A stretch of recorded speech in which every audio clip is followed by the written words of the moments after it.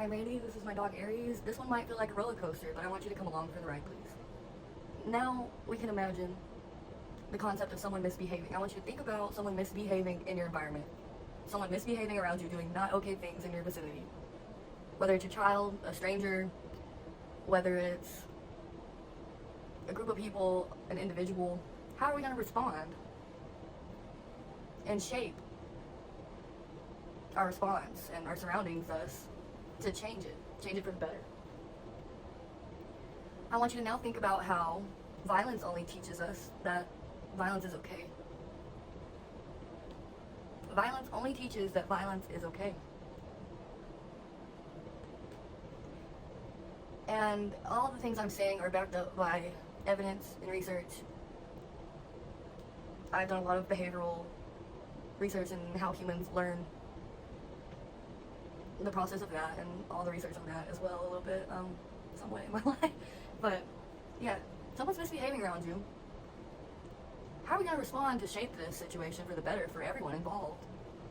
And we have to keep in mind all the moral choices and even the immoral choice of violence only teaches that violence is okay, and therefore is not that productive. It's not the most overall productive. It's not like, it's just showing that that's an answer to a question when violence is not ever the answer to the question, really. It's not the most productive thing. There's more productive things to be doing. Somewhere we could be doing more productive things, such as communicating, speaking. Communication is key. Community is key. We are all humans. That makes us a we, because we're humans in a group. We are humanity. And we have to keep all of these things in mind. Aries is chewing part of his toy, so I apologize for that. It is not sane to be sane in an insane environment, right? Like, that doesn't make any sense. If you put someone into a really, really hectic, chaotic environment, it wouldn't make any sense. That would be insane of a response if they're fully mentally sound in this really, really hectic, insane environment. That's just not like how things work, evidence-wise, that we've seen, that we can observe. Observably, we have not, we have to look at everything objectively, based on observation, ultimately. Now I want you to think about, when helping someone misbehaving learn and do better, how we respond to it. How are we going to respond to it? Especially if we have the moral idea of communication in mind and violence in mind, the immoral solution. It's not really a solution. None of them are solutions. We're all ever growing, ever healing. We're just in the process. So this is part of the process, of a continuing process. And we want to evolve and feel better. We all want to feel okay. We all want to grow. We all want our families to feel okay. So we have to look at ourselves as individuals, like I've mentioned in some previous videos. And then we have to look at where our feelings are deriving from. Then we have to look at the feelings that are not okay, that are happening and being embodied out into the open and directed at people and others. What are these feelings causing these behaviors of these issues in this world? And whether it's your own insecurity holding you back, whether it's your own greediness holding you back, what is your own issue, your own feelings affecting your behavior, thus affecting your reality, your world? So what bad feelings are in there?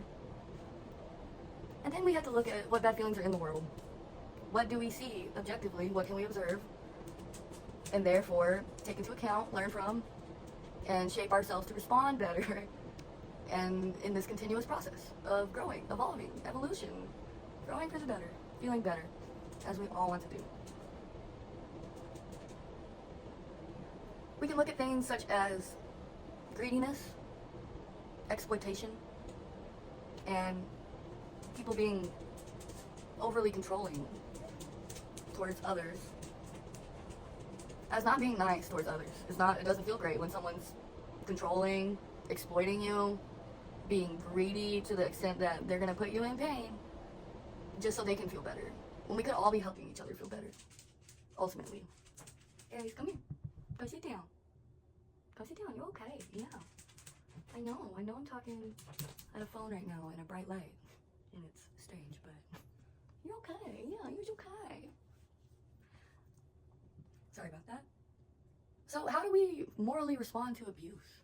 How does one morally respond to people abusing them?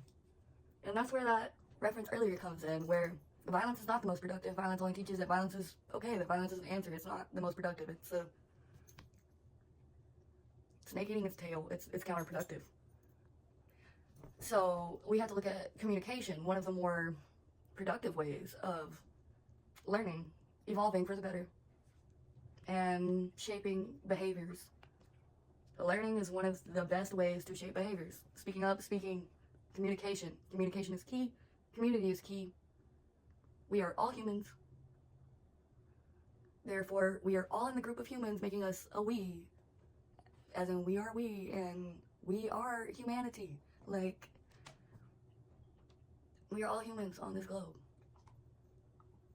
Whether you believe in one thing, whether you look one way, whatever you want to take it as, at the end of the day, we are all humans on this earth. And at the end of the day, we can look at things objectively, see why they're happening, and then we can choose how we respond to things.